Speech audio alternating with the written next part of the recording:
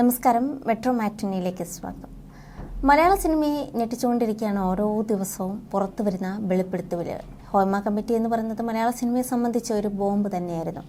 ഇപ്പോഴത്തെ മലയാളത്തിന് ഒരായുസ് ഓർത്തോർത്ത് പൊട്ടിച്ചിരിക്കാനുള്ള വകുപ്പ് നൽകിയാണ് ഇന്നസെന്റ് എന്ന മഹാനടൻ അരങ്ങൊഴിഞ്ഞത്. തൃശൂർ ശൈലിയിലുള്ള സംഭാഷണം കൊണ്ടും വേറിട്ട ശരീരഭാഷ കൊണ്ടും മലയാള സിനിമ ഇന്നോളം കാണാത്ത സ്വതസിദ്ധമായൊരു അഭിനയ ശൈലി കൊണ്ടാണ് ഇന്നസെന്റ് എന്ന സിനിമാ ലോകം സ്നേഹലാളനയോടെ വിളിക്കുന്ന ഇന്നസെന്റ് ജീവിതവേഷം അഴിച്ച് യാത്രയായത്. ഇന്നസെന്റുമായി ആത്മബന്ധം ഉണ്ടായിരുന്ന അഭിനേത്രിയായിരുന്നു മലയാളികളുടെ പ്രിയങ്കരിയായ നടി കാവ്യ മാധവൻ.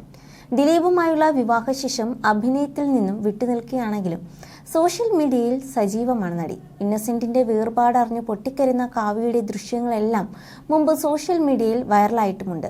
ഇപ്പോഴിതാ കാവ്യമാധവനെ കളിയാക്കിയ സംഭവത്തെക്കുറിച്ച് പറഞ്ഞുള്ള ഇന്നസെന്റിന്റെ പഴയൊരു അഭിമുഖമാണ് വൈറലായിക്കൊണ്ടിരിക്കുന്നത്. താൻ പറഞ്ഞൊരു കഥ മൂലം കാവ്യമാധവൻ അമ്മയിൽ നിന്നും രാജിവെക്കാൻ പോയ സംഭവത്തെക്കുറിച്ചായിരുന്നു ഇന്നസെന്റ് പറഞ്ഞത്.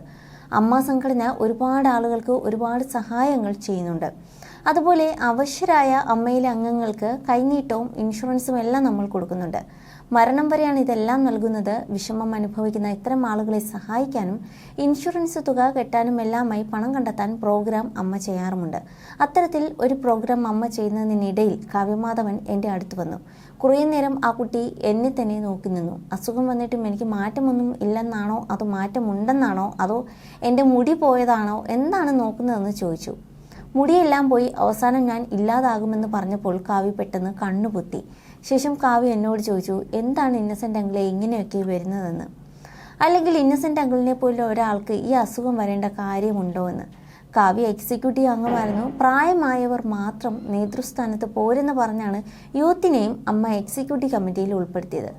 അപ്പോൾ ഞാൻ പറഞ്ഞു, അമ്മയിൽ നിന്നും 10 പൈസ വറ്റിച്ചാൽ എനിക്ക് വന്നതുപോലുള്ള രോഗം വരുമെന്ന്. കുട്ടിയായിരുന്നപ്പോൾ എൻ്റെ മോളായിട്ടൊക്കെ അഭിനയിച്ചിട്ടുള്ളത് കൊണ്ട് എനിക്ക് കാവ്യമായി നല്ല അടുപ്പമുണ്ട്.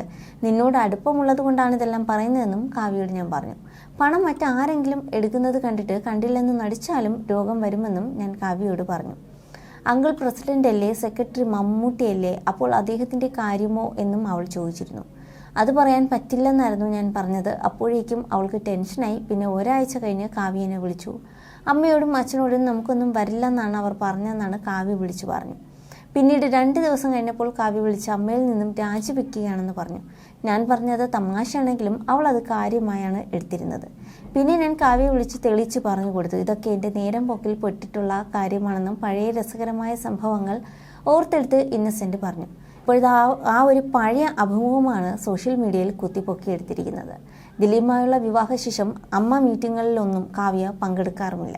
You're watching me on metromatney.com. On metromatney.com. Metromatney.com. Metromatney.com. Subscribe for more videos. Subscribe for more videos. Subscribe here for more videos. Subscribe now. Thank you.